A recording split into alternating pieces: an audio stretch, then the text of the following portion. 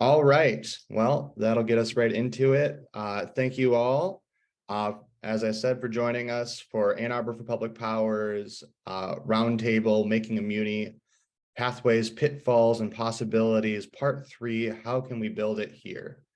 We've got a very exciting show for you tonight. I'm going to let the panelists introduce themselves here in just a moment. Just a disclaimer, I did just receive word that Jeff Irwin was unfortunately delayed, so he will be joining 30 minutes late. So he'll be joining here in 7:30, but we've got two fantastic panelists that we'll be able to get started with, and then we'll allow Jeff to catch up once he manages to make it. So without too much further ado, well, just a little bit of a disclaimer for everyone who is in attendance. We're going to start with a bit of a round of introductions here. Then we are going to go into some prepared questions that we put together with Ann Arbor for Public Power. And then we're going to open it up for question and answer. If you want to ask a question of our panelists, the best way to do that is to put it into the Q&A feature. You should be able to see that within Zoom. If you ask your questions there, then I'll be able to see them. Feel free to put your questions in as you think of them, and then I will go through them once we get to that section. All right, and without any real further ado, Chris, do you want to go ahead and introduce yourself? Sure, Greg. Thank you. My name's Chris Bzdok. I'm a lawyer. I'm based in Traverse City. I do climate and energy mostly. I am in pretty much all of the Michigan Public Service Commission cases that deal with DTE Electric, among others. Their rate cases, their IRP cases, their energy efficiency cases, everything. I used to be the mayor of Traverse City for a little while. I was on the board of Traverse City Light and Power, the city's municipal electric utility. And I think that's about it.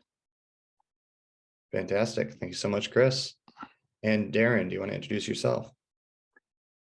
Yeah, good evening, everybody. I'm Darren Springer, General Manager with Burlington Electric Department here in Burlington, Vermont.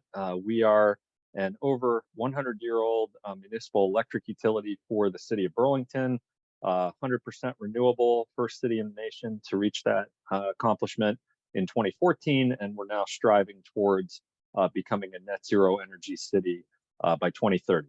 And glad to be with you tonight to talk about public power. Fantastic. Glad to have you. Thank you so much. All right, and let's just go ahead and get right on into it. So first questions for you, Darren. What kind of programs does the Burlington Muni run to help the people of Burlington save money while living more sustainably? Yeah, so we are offering a variety of rebates and incentive programs with the goal really focused now on strategic electrification, on the idea that with our 100% renewable power, we can help Burlingtonians switch to electric vehicles, cold climate heat pumps, geothermal heating, electric lawn equipment, etc., and do so with significant benefit in terms of not only reducing fossil fuel use, reducing emissions, but moving towards our community's broader climate goals.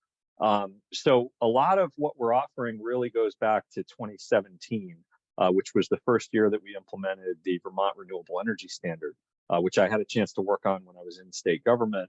And the Vermont Renewable Energy Standard has something called Tier 3, which actually has utilities have regulatory authority to launch these types of programs and really gives utilities a mandate to launch these types of programs. And in Burlington, we've been at the leading edge among the utilities in Vermont in pushing aggressively to help our customers with these programs. We have some of the strongest incentives anywhere in the state. And we actually issued a $20 million net zero energy revenue bond, which I think is maybe one of the first of its kind in the country. Voters approved it in December of 21. We issued it in April of 22. And that's helping us to upgrade the electric grid to accommodate these new loads and also providing additional liquidity to help us fund these incentive programs for our customers at levels that are even above what's required in the Vermont Renewable Energy Standard. So, you know, just to give a couple examples, if you're looking to purchase an electric vehicle, and you're an income qualified customer, you can get $3,000 incentive at the point of sale from Burlington Electric with one of our local auto dealers who are part of our EV preferred dealer program. You know, you combine that with state incentives and federal incentives. And for a vehicle like the Chevy Bolt, for example, you can get almost half off. So there's some really compelling offerings there. We also have a home charging program where if you charge during off-peak hours with your electric vehicle, you can charge for the equivalent of about 70 cents a gallon of gas with 100% renewable electricity. So those are just a couple examples. The most popular programs have been our EV program, our heat pump program, and our electric lawnmower program. Wow, that's incredible. And Chris, a little bit of background for the audience as well. Chris's firm, OBH, did a lot of the legal research for us on how to go through this process. So first question that I wanted to kind of pass over to you is, what are the steps that Ann Arbor needs to take in order to municipalize if we want a utility like they have down in Burlington?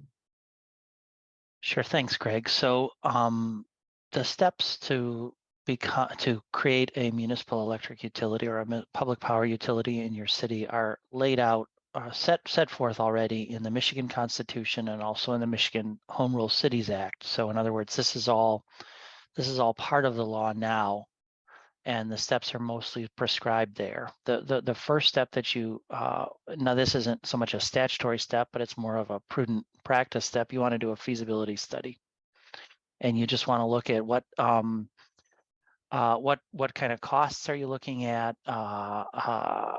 and other feasibility issues for the city. Then you want to do evaluation. You're doing evaluation to try to see if it's more economical for the city to basically to buy existing utility assets or to build your own. And then you hold an election within the city, and you vote on whether to authorize the city to create and really require the city to create a municipal public power utility, and perhaps on some governance terms, as well as you vote on to give the city the authorization to acquire utility property if that's the way it ends up going.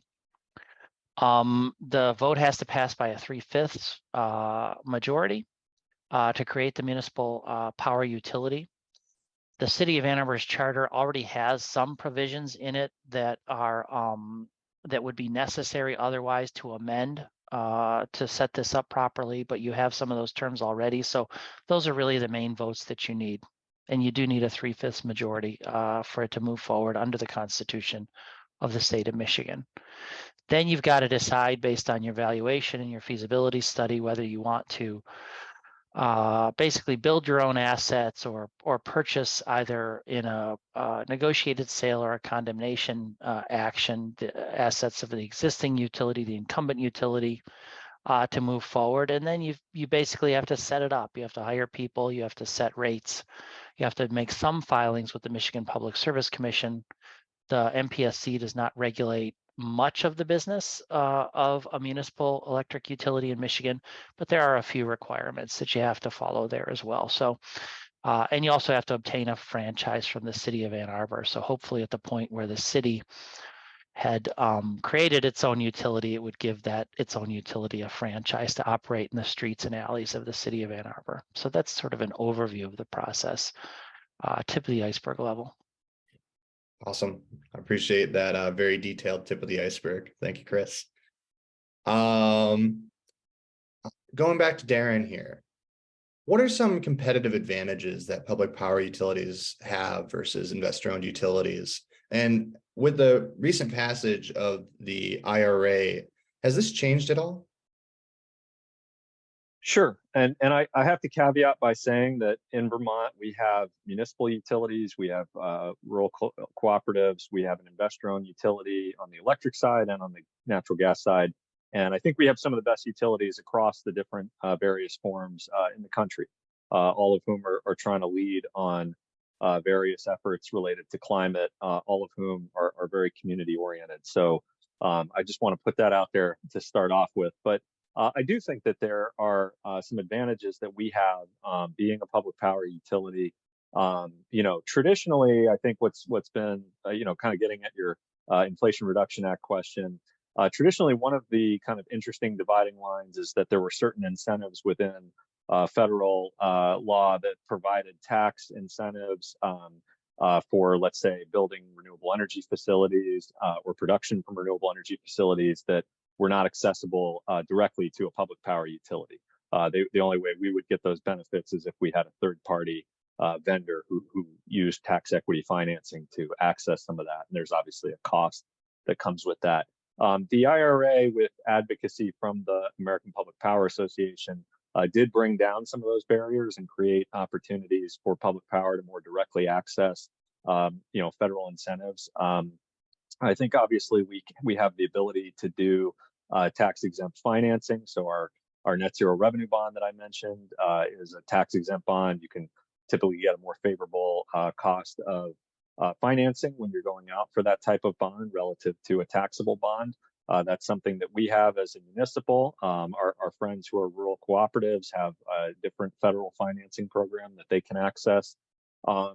Obviously, in terms of rates and in terms of cost, you don't have any shareholder essentially as a public power utility. So there's no return on equity or return on capital the way there is for an investor-owned utility. So when we're investing our dollars, we're not thinking about that in any way from a regulatory standpoint, from a return standpoint. And we really do, we can make different decisions sometimes based on that. We're less concerned with whether or not we own an asset or whether our customers own the asset, because we're really looking at how do we meet our community's goals? How do we sell electricity in a way that benefits the community as we electrify, hopefully, more energy uses? How do we do that in a thoughtful way? If we were an investor-owned utility, we would be required as a fiduciary responsibility to consider how we would earn a return for our shareholders. We don't have to do that. We also, I think, can be a very much a pure expression of our community's values. We're very much responsive to the mission that's been given to us by the community, by the people of Burlington. So we were early adopters on energy efficiency because the city had an interest in leading on energy efficiency. The move towards renewable power is very much a result of the expression of the will of the people of Burlington and our electric commission, our citizen electric commission, and our political elected leaders. And our efforts now with net zero are very much an expression of the community's support. The support from our mayor and our city council. And we've had votes, as I mentioned, the revenue bond vote, we had 70% of the community say yes to that. We just had a vote this past town meeting day, which is a unique municipal election in Vermont that happens in March, where 68% or so of the community voted yes to implementing a new carbon pricing fee on new construction and large buildings in the community that are using fossil fuel heating systems. So, we are at heart an expression of the community's values. And I think that's one of the best aspects of being a public power utility. Fantastic answer, Darren. Thank you so much. And now I'd like to welcome Jeff, who is diligently joining us from the car from Jeff, could you give a little bit of an introduction and then we'll go straight into a question for you? Yeah, absolutely. Sorry, I'm a little bit late, but I'm obviously joining you from the side of the road because I didn't quite make it home. And so, yeah, I'm Jeff Irwin. I'm the state senator for the 15th district here in the state of Michigan, representing a whole bunch of folks all the way from Ypsilanti to Tecumseh, and including half of Ann Arbor at this point. Previously, I was a state rep, and all of my constituents were in the city of Ann Arbor and lived near Packard and Platt. And I've long been a supporter of the A2 for Public Power campaign because of the opportunity. Fundamentally, this is an opportunity for us to provide cheaper, cleaner, more reliable power to our residents. And when I think about electricity provision, those are the three things that we should be measuring the success of our system by. And you look around the country and you see, over half of the people in our nation getting better service from public systems. And so that's why I've always been interested in taking a really close look at the opportunity we have here in Michigan and in Ann Arbor, despite the way that our system has been developed in the past. Fantastic. And I think you already started getting into a little bit, but the first question that I had for you was why exactly believe that we should do this in Ann Arbor? Do you want to expand on any of the points that you just made there? Well, yeah, absolutely. I mean, unfortunately, here in Ann Arbor and all across Southeast Michigan, we have a system that is old, that is expensive, and that is leaving a lot of residents without power for far too long, far too often. In addition, because of the age of the system and because of the foot dragging by our investor-owned utility around upgrading the generation mix, not only do we have uh, um, a distribution system that is failing the needs of a lot of our citizens too regularly, but we also have a power mix that is very dirty and is very outdated. And so, it's long been an interest of mine in, closing our coal-fired power plants and moving to a cleaner system. And as I have, as an activist and then as an elected official for years, been trying to finagle, cajole, persuade, and push our investor-owned utility towards making those moves, they've been very, very, very reluctant to do so. And now that their actions and the actions of utilities and fossil fuel burners all over the world have caused our climate to change and have caused our weather patterns to become more variable and unpredictable, now, we're getting higher winds and we're getting more storm events, and we're seeing the system that they and we rely on be affected by the choices that they've made over the years, dragging their feet on becoming cleaner. So, look, I just think that all of us have an obligation, all of us who serve the public have an obligation to look out for the best interest of our citizens. And, provision of electricity is a fundamental need for our residents. And that's why it's a public utility in so many places around the nation and the world. Absolutely. Thank you so much, Senator Irwin. Going back to Chris, what are some possible legal challenges Ann Arbor could face when they do try to municipalize? It's somewhat hard to say, Greg, exactly what a utility might do. As I had mentioned, the ability to form a public power utility is enshrined in the Michigan Constitution, and it's set forth in Michigan statute. So it's not like the city would need to win some kind of a novel legal argument to have the right to do this. The city has the right to do this. And so I think that's an important, starting point. And it's also hard to predict, what path the incumbent utility might take, how vigorously they might challenge things legally versus, trying to address them politically or on other paths or other means. I think that the city should expect and should be prepared to follow each of its steps very, very carefully and very, very precisely. I think that the election needs to be handled very accurately and very precisely, and everything needs to be in order there. I think that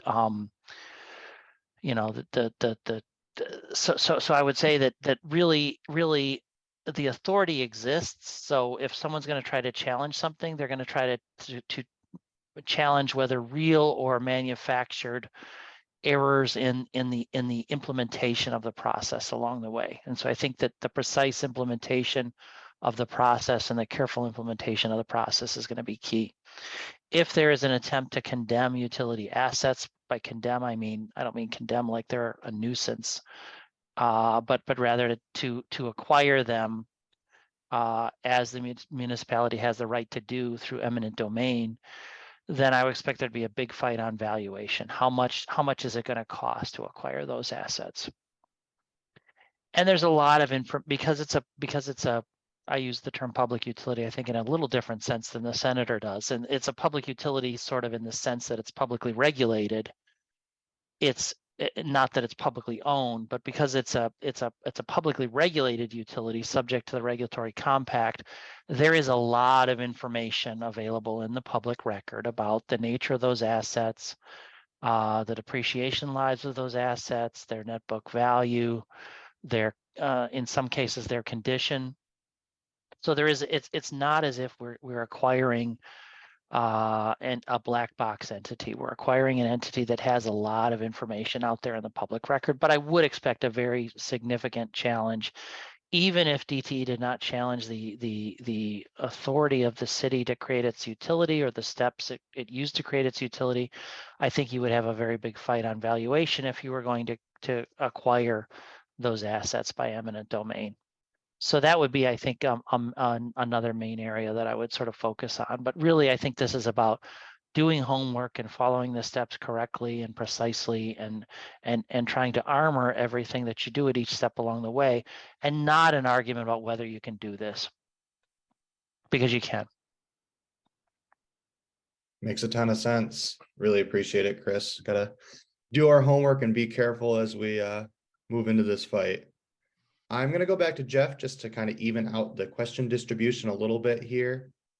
Senator Irwin, the city has proposed a sustainable energy utility kind of in parallel or maybe in opposition to a municipal utility, right? Do you support the sustainable energy utility? And if so, why is it that you still support municipalization? Yeah, look, I think the sustainable energy utility is a good idea, and I'm glad the city is pursuing it. I think that the city's Office of Sustainability is focused on how they can make the biggest fast impact on reducing the carbon footprint of the community. And because of the long fights that was, we're just talking about a moment ago about valuation and, just the time it would take to move to a municipal authority. I think there's some real value in trying to move fast on carbon reduction. And, I also think that it's a novel idea, and, they have a ton of legs. And so I'm really interested to hear what the feasibility study say about it. And I think it's a good idea. I think one of the other reasons why I support it and municipalization is that I really think that it could be a bridge to municipalization. If we see generation assets and we see neighborhoods getting stitched together in some sort of way, if they can sort of solve that issue of crossing parcel lines with the SEU, that could help us both with the legal aspects of the municipalization fight, but I think it also just creates momentum and creates a base to build a muni on top of. Having said all that, one of the things that I'm slightly concerned about is just that one of the real advantages of moving to a full muni is that residents here in the city of Ann Arbor are paying a ton of money every year to the utility to keep it running here. And, I'm convinced that our current investor-owned utility, DTE, is doing really well in Ann Arbor. And it's a very efficient, very dense area to serve. And I'm confident that a muni would not just pay for itself, but would actually be, a source of revenue and opportunity for the city. It would allow it would give it more financial power to do more things, to serve more people, to serve people better, or just to kick revenue and back to the city. The SEU may also do that, but it's not as obvious to me how that would work as a source of additional revenue and power for the citizens. Whereas a full muni, it's very transparent to me because other communities are doing it all over the country, how that would accrue to the financial benefit of the city and its citizens. So I like the SEU. I think it could be a bridge to a muni. I think it could be a real opportunity to reduce our carbon foot more quickly and make an easier legal path. But I'm eager to learn more about how that would play out and how they would solve some of the legal challenges that it would face that are very, very similar to the challenges that I think we face creating a full muni. I'll say one more thing about the SEU is concerning to me. I think it's very creative. I love creating new ideas, so I'm very enchanted by it. But one of the things that I've seen the investor-owned utilities do here in Michigan, in some cases with the help of the legislature, not me, but the other legislators who voted for this stuff, is I've seen them play games or frustrate or provide an unfair deal to residents who are trying to plug back into the grid while they generate electricity on their rooftop. And that's one of my biggest concerns about it. And hopefully these are concerns that can be overcome. I don't want the utilities to see this, SEU opportunity get realized and then slap the residents who are participating in that with some sort of additional grid charge or some sort of, run on the Michigan Public Service Commission to seize back, the revenue that they've lost by not these customers in one way or another. The way that they have wet blanketed the development of solar here in Michigan and rooftop solar has been incredibly frustrating to me. And that's one of my concerns about that approach, is that does it continue to give them the opportunity to upcharge citizens for service that they're not getting? Thank you. Very well said, and some very valid concerns, I think. Ann Arbor for Public Power as an organization fully supports what you said there in terms of looking at the SEU as a bridge to a full muni. So looking forward to working with the city on that. All right, and getting back to Darren, Ann Arbor has a goal of 100% renewable power, which Burlington has already achieved. What are some tools that public power utilities have which allowed you to achieve this goal? Yeah, so one of the kind of the first step in becoming 100% renewable in terms of our generation resources really happened back almost around 4 decades ago when the city decided to move away from an aging coal plant that was running on the waterfront and move towards a new wood electric facility called the McNeil plant, which we own and operate with 2 other utilities, but we have 50% ownership. So we operate the plant and we get the output. And that covers about 1/3 of our electric consumption on an annual basis. And we were kind of steady at that level for a period of time. There were periods where we had more or less large hydro, some nuclear, and then there was a move in the early 2000s to get away from nuclear, get away from fossil fuels, and plan for becoming 100% renewable. And that happened in relatively rapid fashion over that next 10 years. We purchased a hydro facility right here between Burlington and Winooski called Winooski 1, which is a 7.3 megawatt hydro facility. So we now have the output from that facility. We signed contracts with 3 different wind projects, 2 in Vermont and 1 in Maine. We have a growing amount of solar to go to the points that were just made. Burlington was just recently named the city with the most solar per capita east of the Mississippi by Environment America. So we've increasingly had a good amount of solar development in Burlington. And we have hydro both out of state from New York and Canada that we've had for a long time.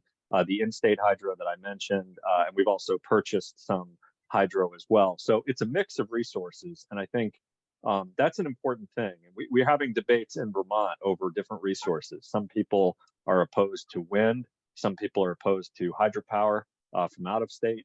Some people are opposed to hydropower in state. Some people are opposed to wood.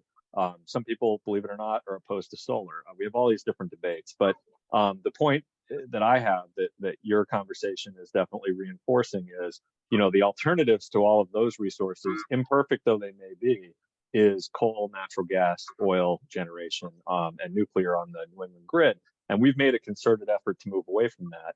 A couple things that helped us make the transition that were important. Number one, we had the ability to sign long-term contracts for power. And we're vertically integrated regulatory system in Vermont. So we are not only a distribution utility, but we own power plants.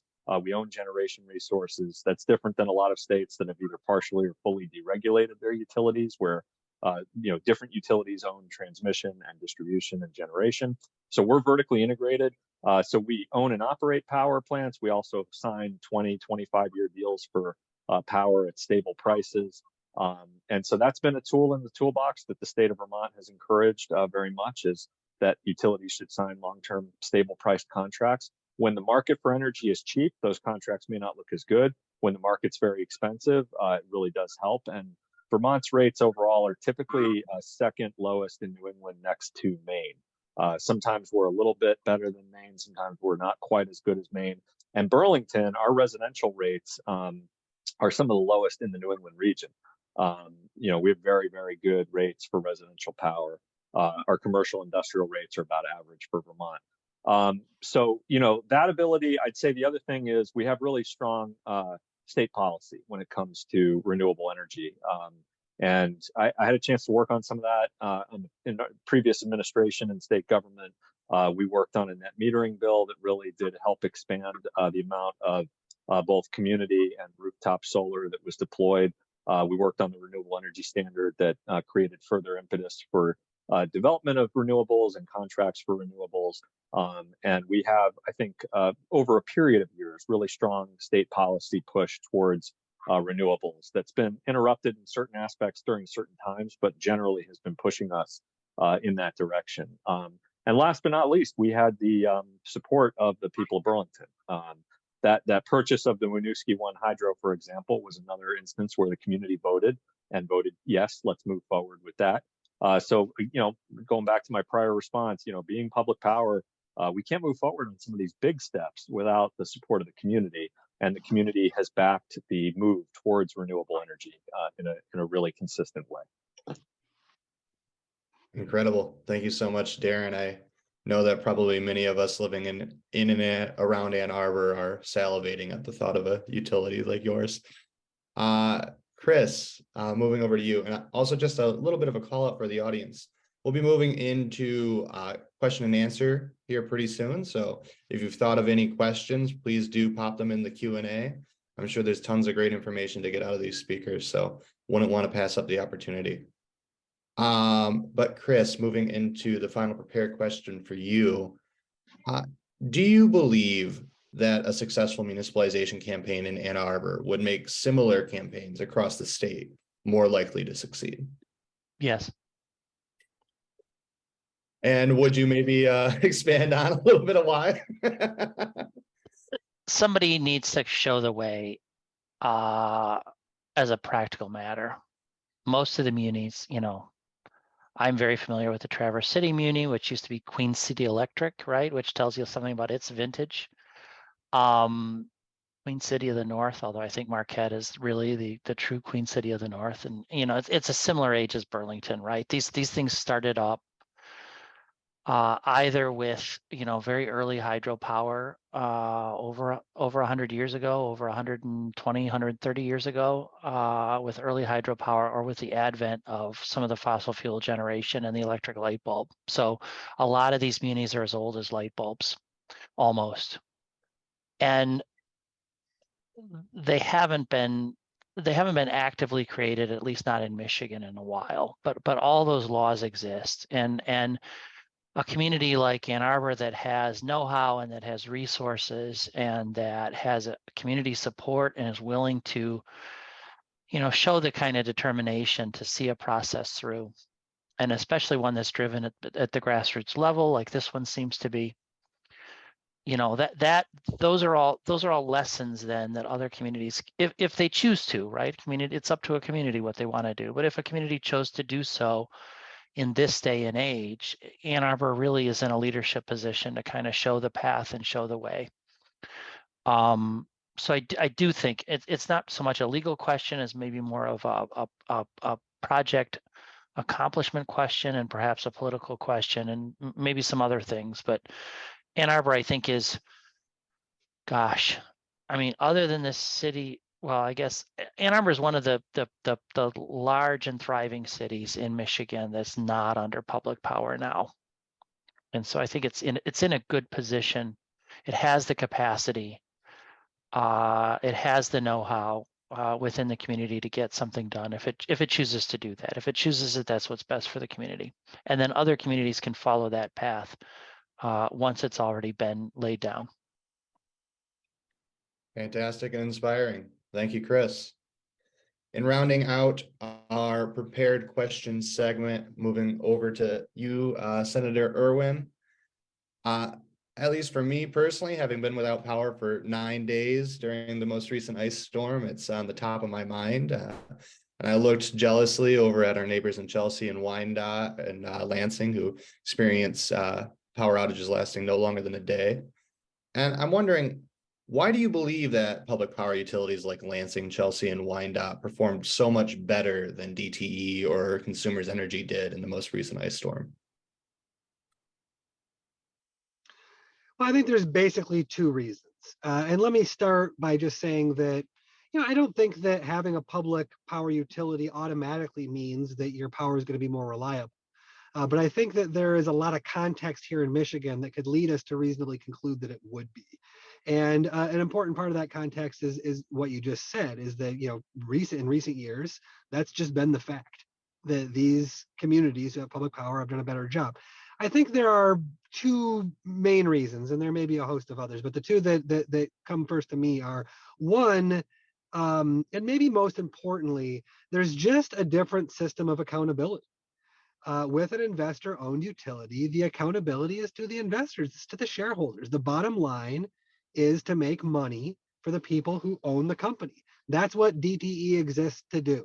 And I don't think that we should mince words. That's who they're ultimately looking out for. And look, we have a regulated system in the state of Michigan. We have a public service commission that has a job to make sure that they're looking out for the public. And in all sorts of ways, they're held to account. But in many ways, they're not. But regardless of how well the regulated system is working or not, the fundamental accountability is to the shareholders, not to the voters, the taxpayers, or any group like that. When you have a public power authority, for better or for worse, the voters are the ones who the system is accountable to. And I think back in, about 10 years ago in the city of Lansing, they had an ice storm in the city of Lansing that really hit the city bad. They were out of power for a long period of time. And the voters got extremely frustrated. There was a big change of management and focus at the Lansing Board of Water and Light. And ever since then, they've had, really good statistics. Is that because they've gotten lucky with weather? I'm not really in a position to say yes or no, but what it seems to me is that when they changed leadership, they put a stronger focus on reliability, and they've done much better ever since. When we have a horrible performance with our grid here at DTE, people get really frustrated. They express that frustration, but there's really no accountability, that the utility faces from their ultimate masters, which are the shareholders. So I think that different system accountability is fundamental. The other thing that just it strikes me as being really fundamentally important is that some of these communities that have their own munis tend to be more dense areas. When you have more people living in a smaller geography, it's easier to do the things necessary to either barrier lines or to make sure that they are well maintained, or when there's a problem, to get out there and fix them. When there's a problem in a smaller network like that, the number of linemen you need to go out there and fix those problems and to prevent those problems in the first place with tree trimming or undergrounding or whatever it is, those things are all easier when you're serving more people in a smaller geography. Absolutely. Some very good reasons there, Jeff. I appreciate it. All right. And that ends our prepared questions segment for the night. So now we're going to be moving into Q&A. So for all our panelists, for question and answer, I may direct a given question towards one of you. However, I do want to empower all of you to feel welcome to answer it. Some of these questions I might just put out there and let whoever bites on it bite. But this is a little bit more informal, and just feel free to kind of chime in as you feel that you have something to contribute to the question. And so the first question that I have here, which I think should probably be fairly easy to answer, is would DTE still supply natural gas if we have a municipal power utility?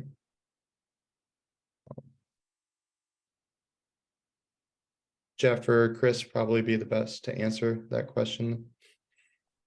Yes, unless you were proposing to acquire and run your own municipally owned gas company, then yes. But one thing that you can do is, if you follow the leadership route of Burlington and some other places, right, then you electrify everything and you reduce the footprint and economic and otherwise of the gas company in your community. Absolutely. That was a much better way of saying, look, it depends. It depends on how we set it up. We could do both, but we don't have to do both. And I think there's a strong movement in the city to electrify everything. Absolutely. I wouldn't invest in gas delivery assets in 2023 if I was your community. We got to get out of that. I think that we're right there with you on that opinion. This question is specifically addressed to Darren. Darren, to what extent, if at all, does Burlington depend on carbon offsets in some form to achieve 100% renewable power? We don't. In fact, we have enough renewable power to cover not only our retail sales, but also line losses associated with delivering the power. And we typically are what's called long on renewable power. We typically have more than what we need, and we're able to sell the excess into the New England grid. That said, the way that it works now, and this may be different in the future, we're not necessarily, I saw the question in the chat about, the electrons. We never can really track the electrons per se. So we use renewable energy certificates. So we make sure that we're generating enough power to meet the needs of our customers. We feed that into the New England grid. And really the entire New England grid is its own ecosystem. And so there are times of the year where we have excess and we're selling more than what we have a need for into the grid. There are times of the year where a plant may be offline and we're drawing power from the grid from a physical standpoint. So we are more than 100% renewable when it comes to the way that we account for it now. I think that down the road, there's going to be interest in not only annual accounting like we do now, but it could be more monthly, daily, even hourly accounting for renewables. That'll get easier as we get more renewables on the overall New England grid itself. But so we do not rely on carbon offsets. We don't purchase carbon offsets in any way. That's a great answer. Thank you, Darren. This next question, I want to broaden a little bit, but the question is, we participated and installed solar panels through the Ann Arbor Solarize program. We have an A2 address, but are in Dexter schools. What areas would be included in the A2 public power area? And Chris, I'm wondering if maybe you could take this as an opportunity to talk a little bit about the Foot Act and the difficulties involved in moving outside of Ann Arbor's municipal boundaries. So the city has a clear legal authority to operate a municipal electric utility that serves the customers of the city. And we've done a report, right, for A2, and there's some discussion of case law around that. The city, if there was a green field site adjacent to the city border that had never been served by any electric power at all, the city could and was not part of a community that had some other franchise, the city could look at trying to extend to serve that. But the short answer is, under existing law, without some sort of novel arguments or some changes or developments in the law, the city really has a very solid path to providing electric service within the city limits, and it gets really dicey and choppy outside the city limits. That's the short answer. Thank you, Chris. So I've got two questions that are kind of related to the SEU. Maybe we can address both of them. This one's from David. The idea of a municipalized power system appeals to me and everyone I know. The main objection I hear, really the only objection I hear, is the initial cost. The cost of purchasing all the energy infrastructure could be prohibitive. It's one of the arguments for going the SEU route. How do you propose dealing with the cost of buying up all the utility infrastructure in a way that won't result in a steep increase in initial price? I'll take a shot at this. And I've been very fond of saying from the beginning of this effort that yes, immunity is extremely expensive.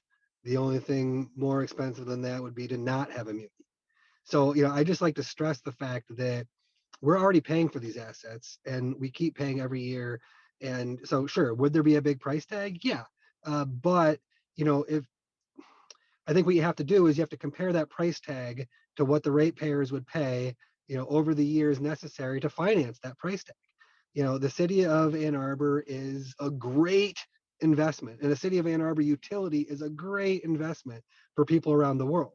And because our, cost of capital is lower, I think that we could roll that cost of capital in, or the borrowing costs, to be more straightforward about it, into the cost of acquisition, and still come out ahead in the long run.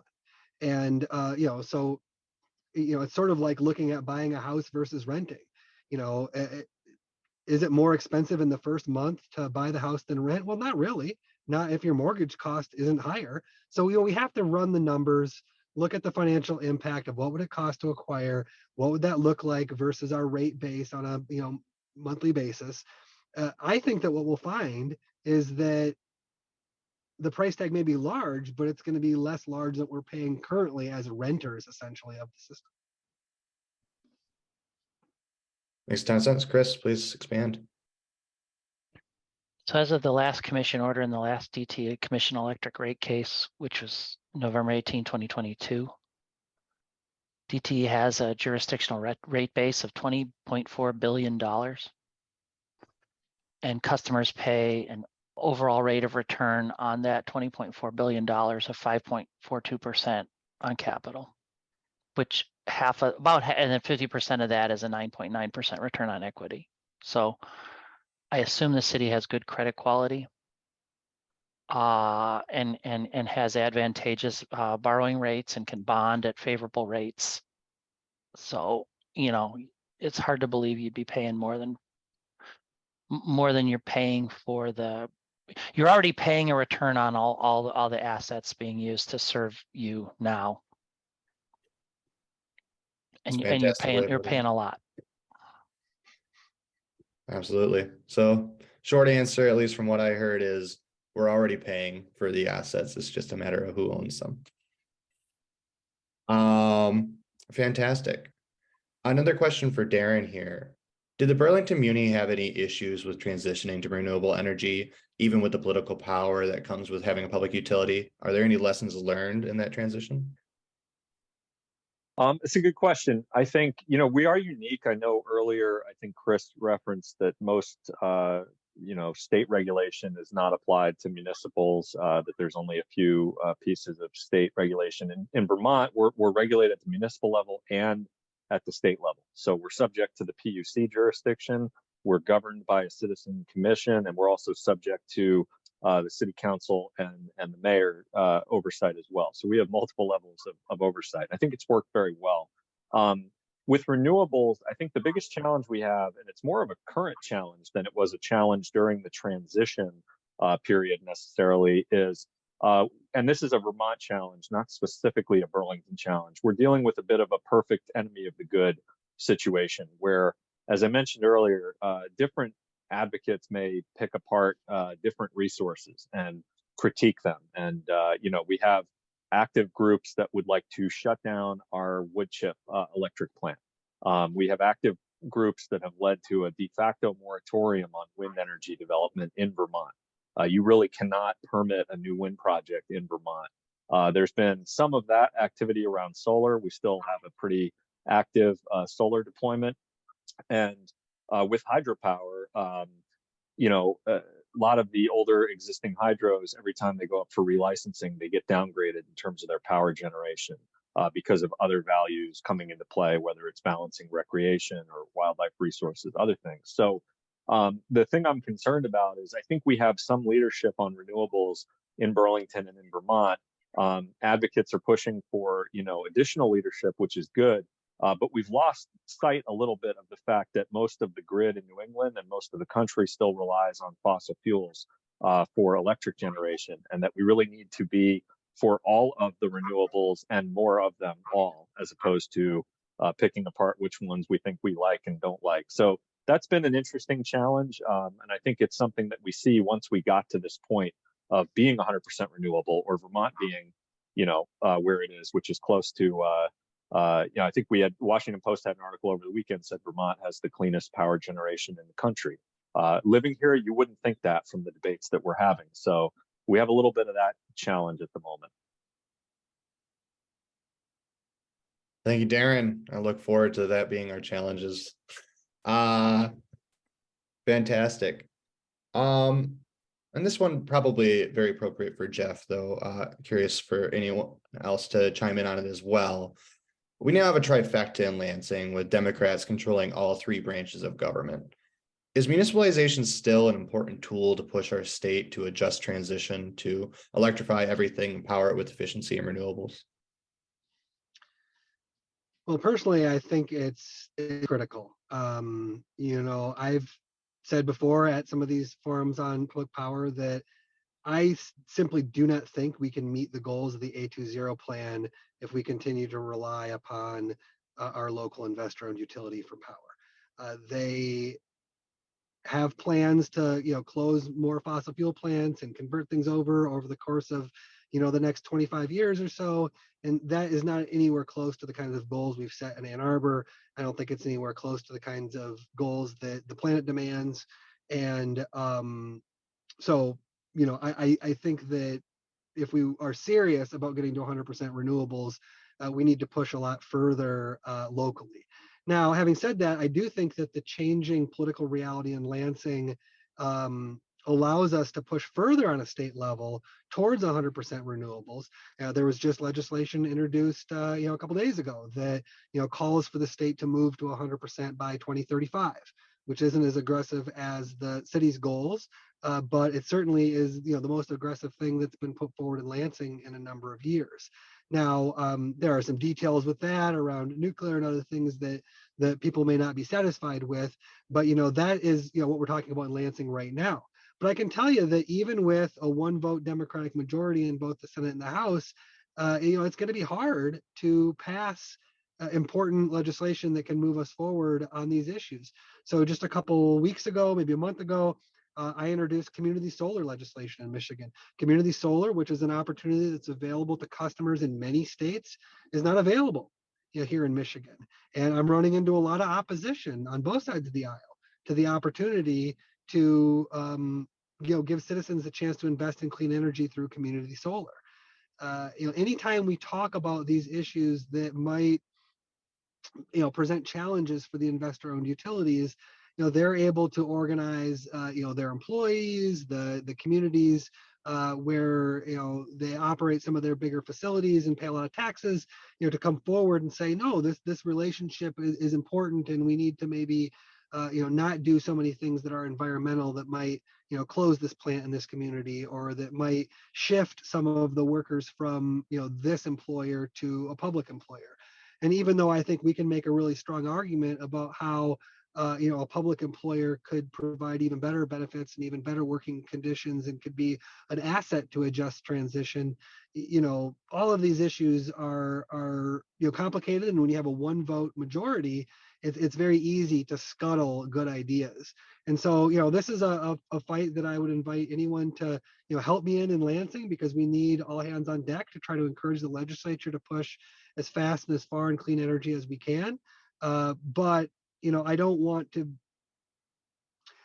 pretend that because Democrats have a majority in Lansing, the environment has a majority in Lansing. Every single environmental win that we get is going to have to be fought for by activists and community members who are saying that this is something that we demand here in our state.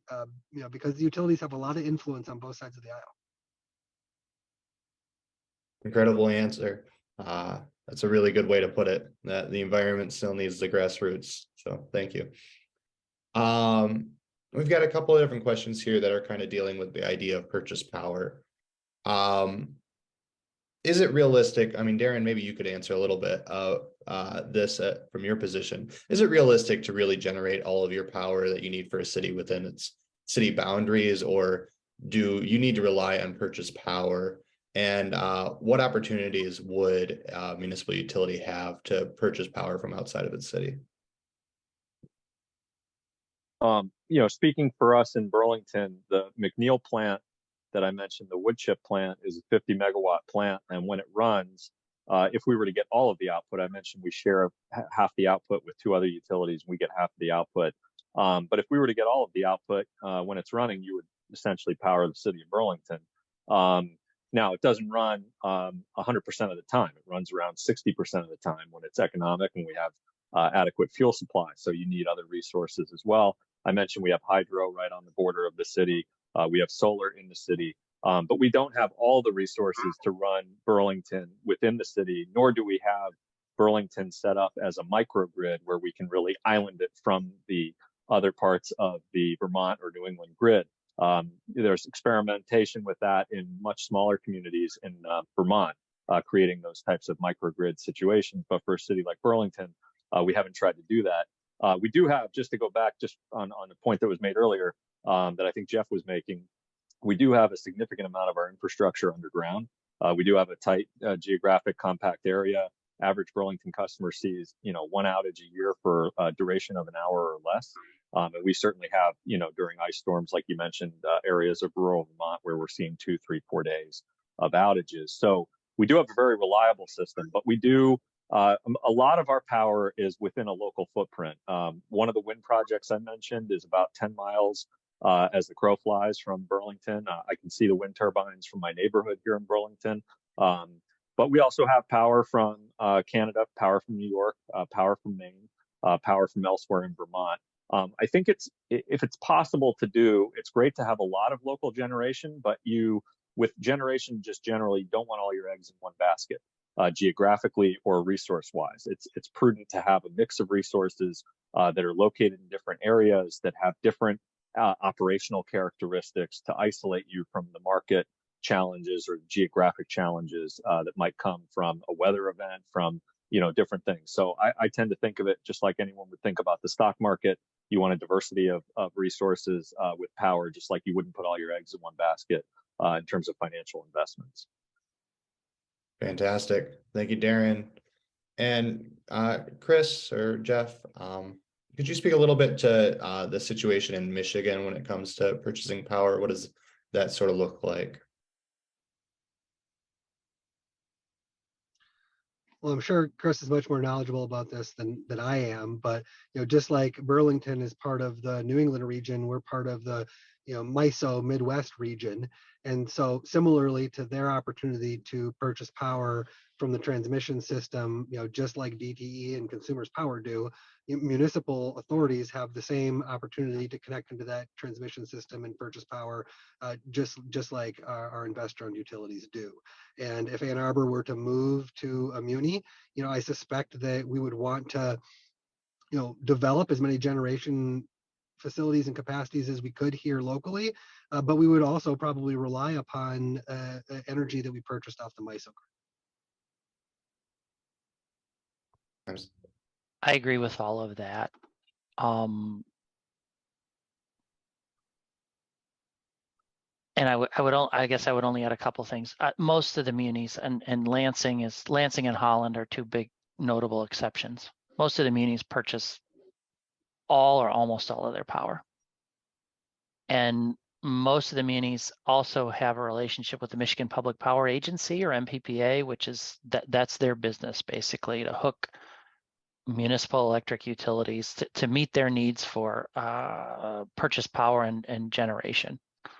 So, that is what you would do. You would buy power. That's my 7-year-old was peeking in on what we were doing here. You would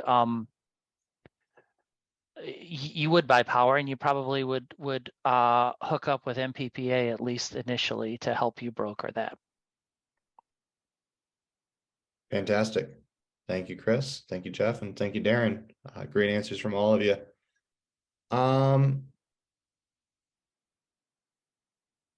So there's another question here surrounding, are there any discussions about including surrounding communities such as Ypsi, Dexter, Saline, Chelsea in this effort? Unfortunately, we don't have Yusuf here, who probably has a whole lot to say about that. I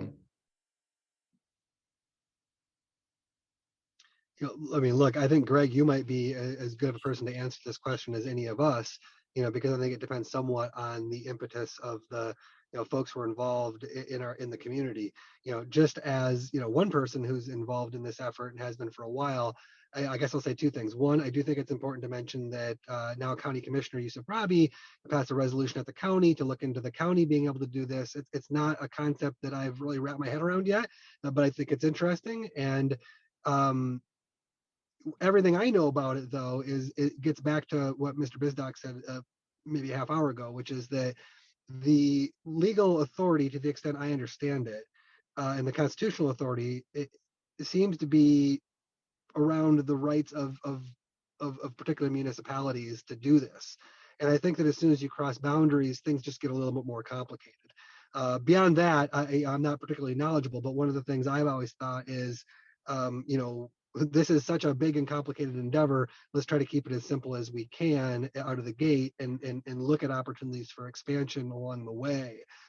So I guess that's the rather simple way I've been thinking about it, is that if that's possible, I think it's worth looking at, but I'm not entirely convinced, or I guess I'm not knowledgeable about the fact that it may be. The neighboring communities that are cities or that are otherwise authorized to do this, they could form their own, and then you could have intergovernmental agreements or other, you could create a power pool with them, right? There would be lots of options for regional cooperation, but I agree with the senator that they would each have to form their own, and maybe if Ann Arbor led the way, they would be confident that they could do that, and then you could do via power pools or intergovernmental agreements or other, there's lots of ways for local governments to cooperate with each other, embodied in the law. So, the possibilities, I think, are endless there. Absolutely. And I'll step a little bit out of my moderator role and into my president of Ann Arbor for Public Power role and just say that, yes, we definitely want to be able to expand beyond Ann Arbor, but we've got our lawyer right here telling us that it's a little legally dicey to do it unless you're going to do it city by city. The county is looking into countywide public power. They've directed the city administrator to ask legal counsel to look into some Michigan case law that Commissioner Yusuf Rabi found that seems to indicate that the county might have the right to acquire electrical infrastructure. If we had the funds to do it, I'd certainly want to throw some money at Chris here to do a little bit of an analysis on that himself, but hopefully the legal counsel for the county gets back with a good answer on that. And if that's possible, then I think Ann Arbor for Public Power would be interested in pursuing it. However, currently our strategy is to focus on Ann Arbor as to establish that pathway and then hope to grow it from there. And I will say that there are a lot of other communities across the state that are looking at what we're doing here and are interested in building similar campaigns. And there are even a few whispers in the dead of night about the possibilities of taking something like this statewide, like Maine's done, which I'd love to look into the possibilities of in the future as well. But currently the fight is in Ann Arbor and hoping to prove it out in Ann Arbor and then be able to spread it. All right. And Darren, another question here for you. To what extent is Burlington projecting or planning for a large increase in electrical demand due to the electrification of buildings and vehicles? How big of a challenge might this be for your muni? We spend a lot of time looking at this exact question because I mentioned earlier energy efficiency. We were using roughly 360,000 megawatt hours a year back in the 2005-2008 timeframe. Pre-pandemic, that was down closer to around 340,000 megawatt hours, and currently we're closer to around 320,000 megawatt hours. So we've actually been using less through a combination of efficiency, and because we're more heavily weighted towards commercial use, and that hasn't fully rebounded post-pandemic, we've seen some of those effects kind of linger. So even though we've seen, 20x increase, 22x, I think, last I checked, in residential heat pump installs between 2019 and today, even though we've added hundreds of EVs in the community. That electrification use, which is growing, hasn't yet really pushed us kind of anywhere past the limits of our system.